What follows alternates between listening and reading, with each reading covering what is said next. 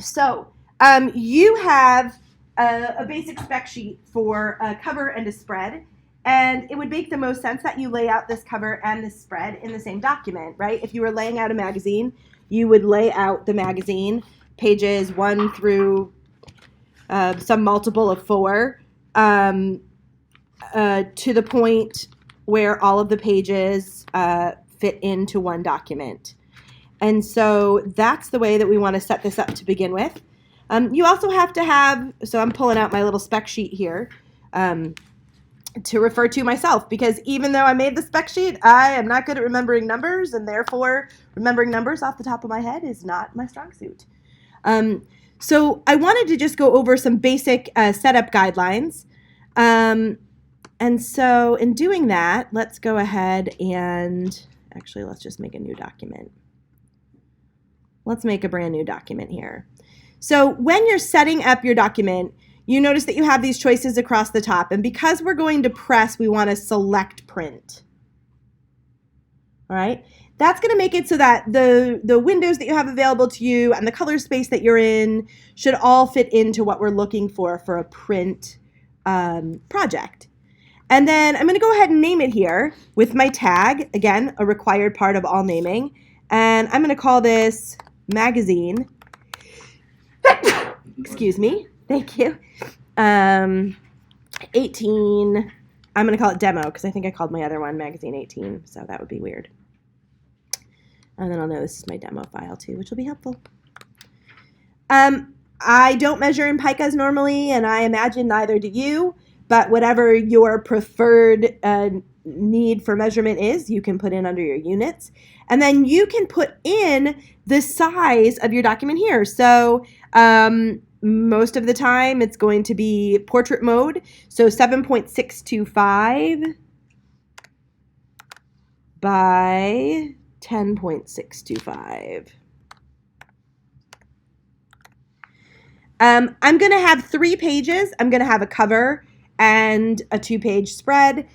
You can always add more pages later. And I am going to select facing pages. That'll allow my cover to be my first page and then the subsequent pages to come afterwards. Now, this next part is a if you want to, if you don't want to, but a very helpful thing. So the Linda that I gave you for magazine layout does it one way. You don't have to do it the way that they do it. You don't have to do it the way that I do it. In the example that I already made, I used a 4-column grid. So just to make it more interesting right now, let's go ahead and have a built-in 3-column grid, not 34 columns. That would be a lot of little lines. I also want to make sure that I have a margin. A 1/2 inch is a pretty comfortable margin. So I'm going to leave that set as is.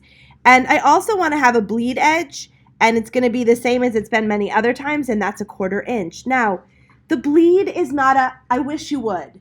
The bleed is you either include it or the printer says, no, put a bleed edge in or we're not printing this, right? It's not a luxury, it's a requirement. So you have to add the 1/4 inch into the document. You also have to make your image a 1/4 inch bigger on all sides. Okay, so we'll go ahead and do that. We'll go ahead and say create. And you'll notice that this comes with a built-in grid, and I can turn that grid on and off. I find it easiest to use keystrokes, so that would be Command: to turn it on and off. And this will also turn my guides on and off. That just gives me some flexibility so I can see things, but an underlying grid. So as you look at your thumbnail sketches, have you primarily used 3 columns, 4 columns, 2 columns? That would be a good choice here. It doesn't mean you have to follow it all the time, and you can turn it on and off, but it's there for you to use. And it will keep you mindful of that underlying grid. So it will automatically put all of this information there. Now, good practice would be to have layer management from the start. So images, text,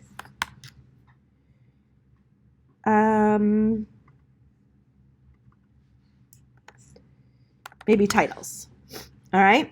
Now, I also like to think of this like how it's going to go. Like my images are generally going to be on the bottom. My text is generally going to be in the middle, and my titles are generally going to be on top. I just happen to put them in that order, so that works out. But if I wanted to move things around, just like I did in Illustrator, I can move those things around, right? So I'm going to go ahead. I actually have an article that I copied from the internet that I'm going to use. So I'm going to go ahead and copy this, and it's got lots of stuff I don't need in it, so I've still got some editing to do, but we'll use it for now. So I can copy this, and then I can go ahead into, I'm going to pull my layers right up here,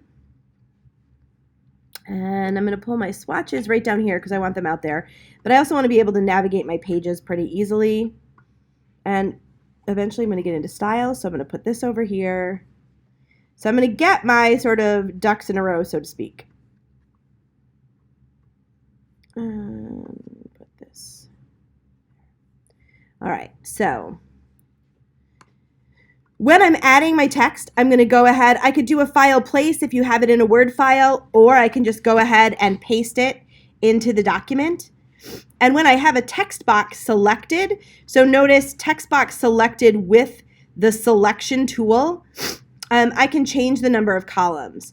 So let's say I want to have 3 columns here. I can do that, right? I can also click on this little red box with that selection tool. It'll pick up and flow my copy, like hopefully most of you were doing for your menu. And so that will come down into the next area. Now I might want to have 3 columns here, but only want to have 1 column here. All right, so let's do this the way Sky was talking about it even. Let's move the second part of this article over to here. Let's move this over to here. And let's say this intro is only going to take up 2 paragraphs and this much space. And come into this area here and use my, let's see, let's do it this way.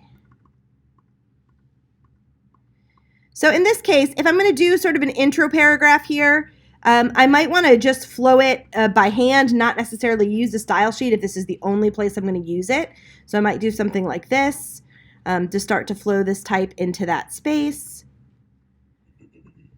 And then this continues down into this area here. Now, for this bigger area, I've got a bunch of stuff here because I literally just cut and pasted it from an article where online. So it's got all of these little things where the photo credits for the photos that are within it. So I can kind of pull those out.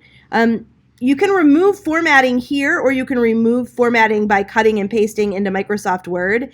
It just kind of depends on what you're most comfortable with. But what you want to do in the end is set your type. I'm going to require that at least your body copy, so this stuff here, at least this be set using a style sheet. So we started doing that in the menu project. I'm still going through looking at technical files. Some people are using them well, some people aren't using them